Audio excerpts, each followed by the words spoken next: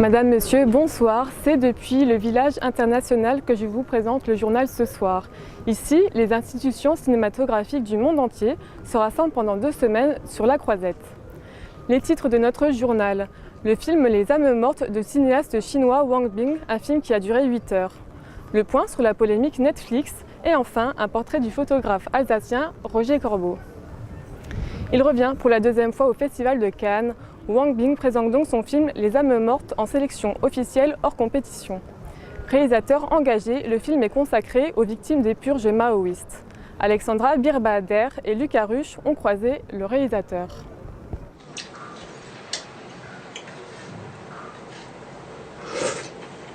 Thierry Frémaux l'a dit, c'est sûrement l'un des plus longs films que le festival ait jamais connu. Plus de 600 heures de rush pour un documentaire de 8 heures et 16 minutes. Les âmes mortes portent sur les victimes de la Chine maoïste de la fin des années 50. Les droitiers, comme on les surnommait, étaient envoyés dans des camps de rééducation. Là-bas, ils étaient abandonnés et mouraient de faim.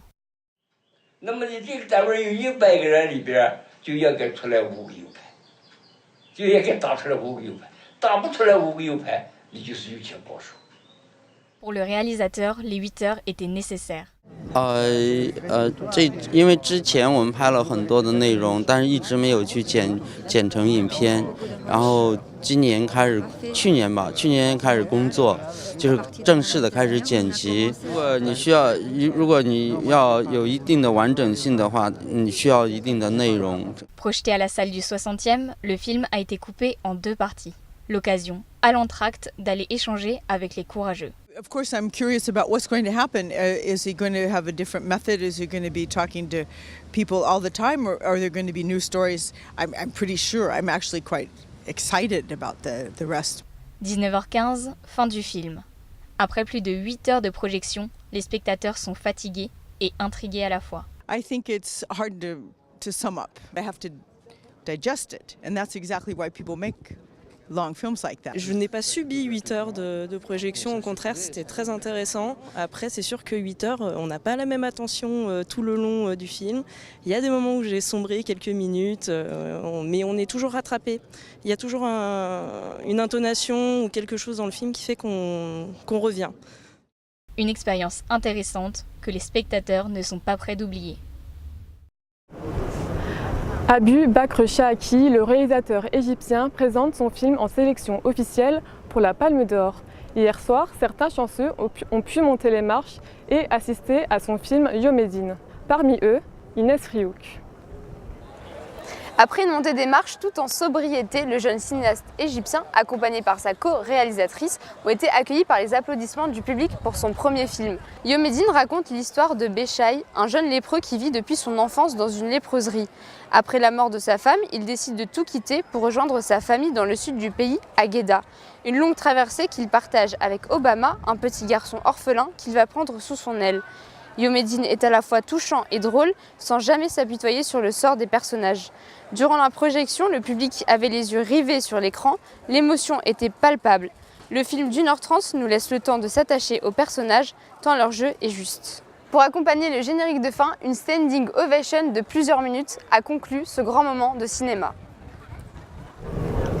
Thierry Frémaux, le délégué général du festival, l'a confirmé, Netflix ne présentera pas de film cette année. Lors de la projection du film Okja, souvenez-vous, l'an passé, l'entreprise américaine avait été conspuée pendant la présentation du film. Les explications de Ilyes Receveur. On le sait, depuis quelques semaines, Netflix ne présentera pas de film cette année à Cannes. Le festival a instauré une nouvelle règle interdisant à tout film sans projection au cinéma de participer à la compétition. L'an dernier déjà, la plateforme américaine de films et séries en ligne était au cœur des débats. Huées et sifflements avaient accompagné le début du film Okja du réalisateur coréen Bong Joon-ho dès l'apparition du logo rouge de la marque.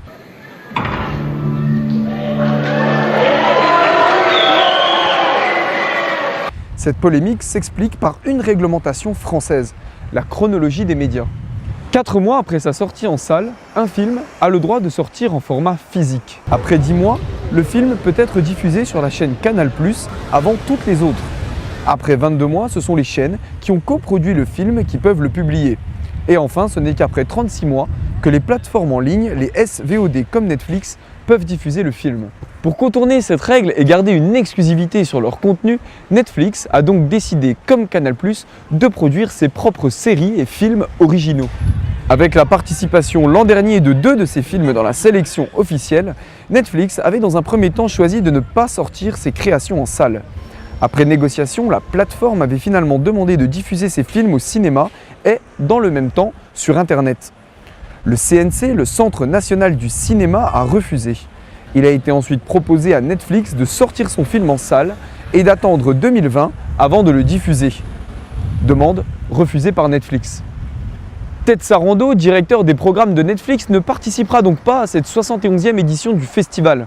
Cependant, d'autres représentants de la marque se déplaceront afin d'acquérir de nouveaux films sans diffusion au cinéma. Des années 30 aux années 80, Roger Corbo, cet Alsacien né en 1908 dans un petit village près de Strasbourg, il a immortalisé plusieurs scènes des plus grandes réalisations du cinéma français. Sur ses photographies, en noir et blanc, des acteurs et actrices emblématiques. Il a à son actif plus de 160 films comme photographe de plateau.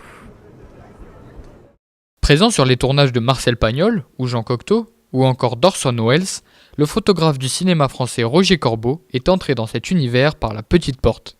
En 1932, le jeune Alsacien, alors âgé de 24 ans, part faire son cinéma à Paris. Rapidement, il se retrouve être costumé sur le tournage d'une reprise de Violettes impériales, la mythique opérette franco-espagnole de Richard Potier. Roger Corbo ne restera pas très longtemps dans cette fonction. L'amour est plus doux que ses fleurettes. Au studio de Boulogne-Billancourt, il est remarqué par Marcel Pagnol. Le réalisateur phocéen est conquis par ces clichés pris sur le plateau du film Le gendre de Monsieur Poirier. Souvent parler de vous que je vous considère comme un ancien ami. Mais vous ne vous trompez pas, madame. Vous me faites comprendre qu'un instant peut suffire pour improviser une vieille amitié. Elle est charmante, ta femme. Oui, elle est gentille.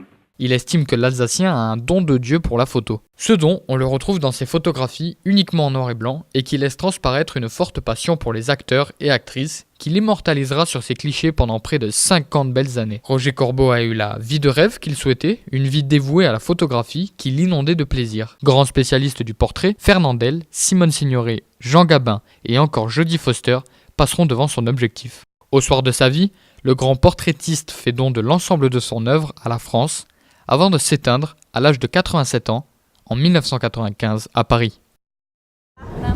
Voilà, ce journal est terminé. Vous pouvez le revoir en intégralité sur les réseaux sociaux. J'aurai le plaisir de vous retrouver demain pour une nouvelle édition. Belle soirée à vous.